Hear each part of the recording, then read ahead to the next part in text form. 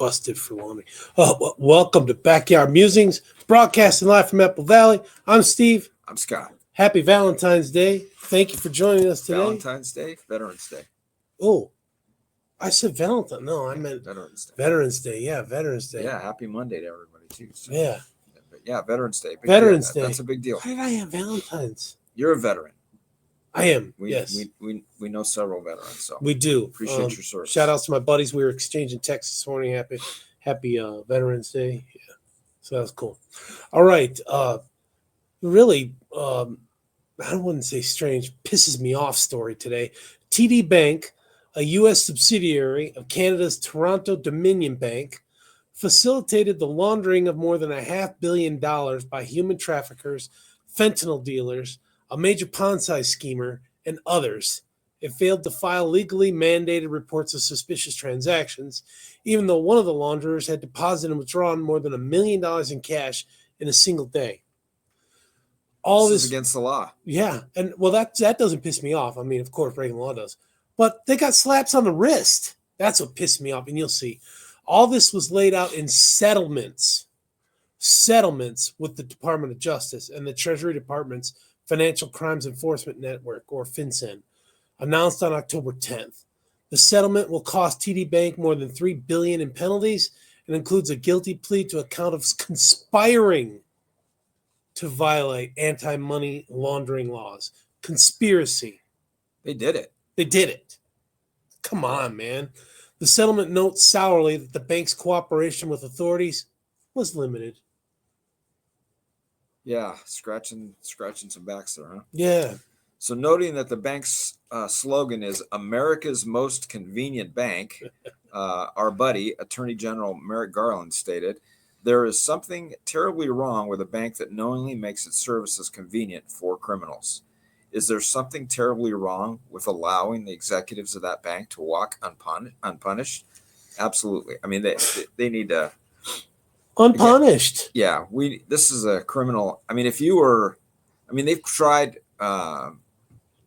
it's like organized crime, RICO statutes, that kind of stuff. It's all, I mean, they've talked to Rudy Giuliani. I mean, he made his career out of that. It's like the gun is the problem. No, it's the person shooting the gun. The bank's not the problem. It's the executives in the bank. Exactly. They had to know what's going on. So the settlement is prompting Justice Department critics to ask whether its terms are just too convenient for the bank. Absolutely. Yeah. That's because it lacks a critical deterrent in white-collar crime cases.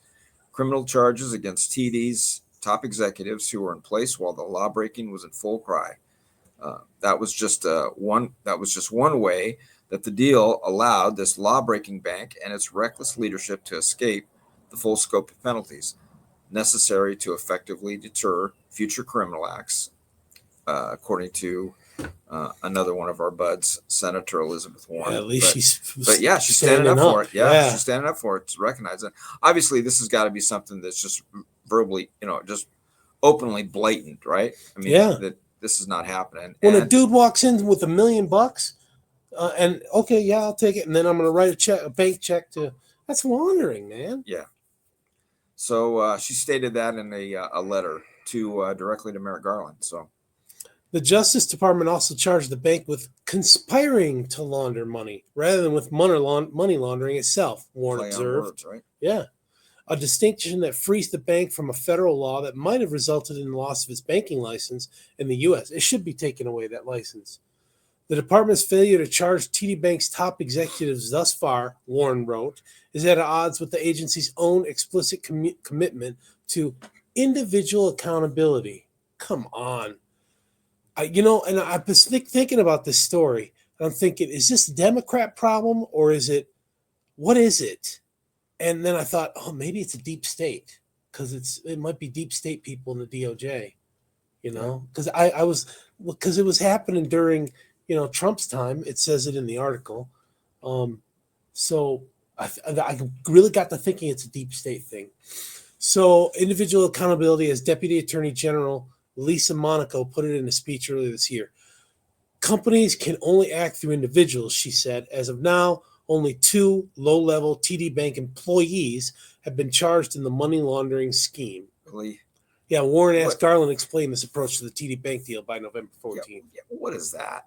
You know, Find the scapegoat and put it on yeah. the So you scapegoat. take your car to an auto garage, and the mechanic does the work, and who does the billing? The boss does. Yeah. And you fire the mechanic because the charges were too high.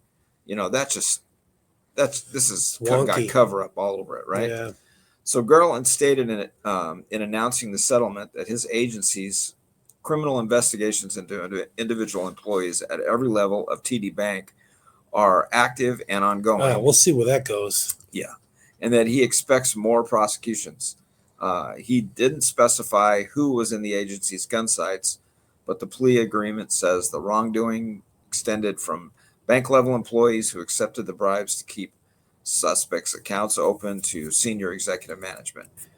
Warren is correct to point out that the failure to charge and convict the high level executives who oversee ongoing wrongdoings, often over a period of years, is a major contributor to the persistence of corporate white collar crime. Yeah. So, I mean, why is there two tiers? I mean, go after these people vigorously yeah, to prevent it from the future. yeah, unless, like you said, unless there's people involved that are, names we would recognize. Maybe they were skimming off the top. Maybe they were getting 10%, like the big guy. Who knows? Yeah, who knows? I mean, it's crazy. Yeah. So, the shortcomings of its money laundering oversight were known to the executives directly responsible for the program and to the bank's board, the Justice Department said. They said that. The bank's operational response was hopelessly inattentive. This isn't TD Bank's first walk on the wrong side. In 2020, it reached a $122 million settlement with the Consumer Financial Protection Bureau over accusations that it charged more than 1.4 million customers illegal overdraft fees, kind of like Wells Fargo. yeah. The bank did admit to the allegations, but the settlement included $97 million of customer restitution.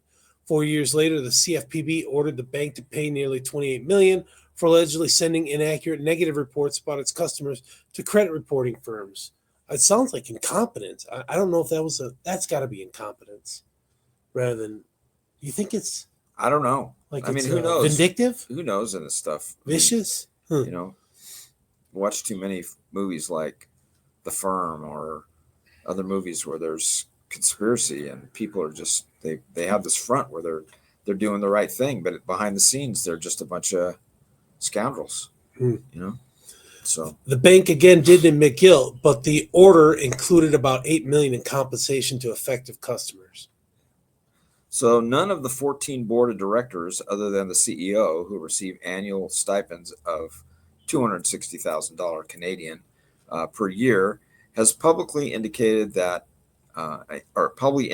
any intention to step down.